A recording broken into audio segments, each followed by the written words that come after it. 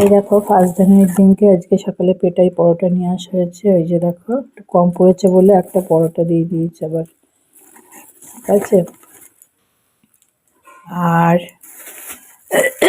Cake তো আনাই হয়েছে। এই কেক খেতে খুব সুন্দর, অনেক মোরব্বা থাকে।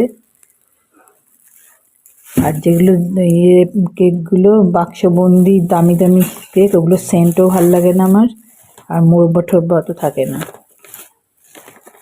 তাহলে এগুলো সব ভাগযোগ করে নিই। এই দেখো সবার জন্য বাড়া হয়ে গেছে।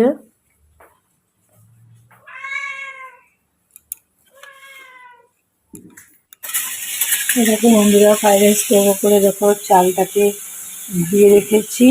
আর এই ফ্রাইড রাইসের যে সবজিগুলো দেওয়া হয় আর কি, সেগুলো এখন ভেজে নেব।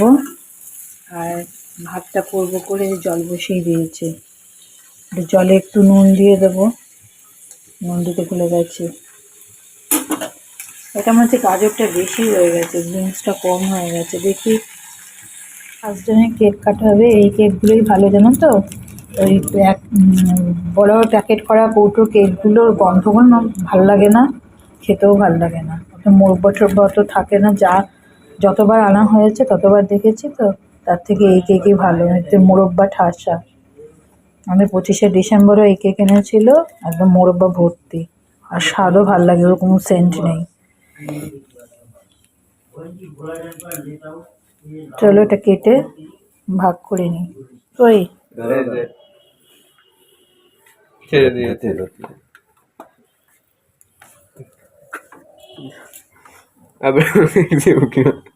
একটা পুরো পর্দা জড়িয়ে ধরেছিল একদম উপরে, দুটো হাতটা দিয়ে।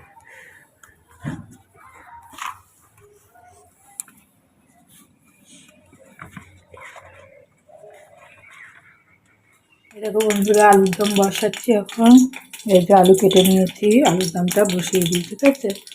আলুর দমটা বসিয়ে দিই। চলো বন্ধুরা, আলুর দমটা বসিয়ে দিয়েছি। নিরামিষ আলুর দমই করছি, ঠিক আছে। এর মধ্যে পেঁয়াজ রসুন দিইনি।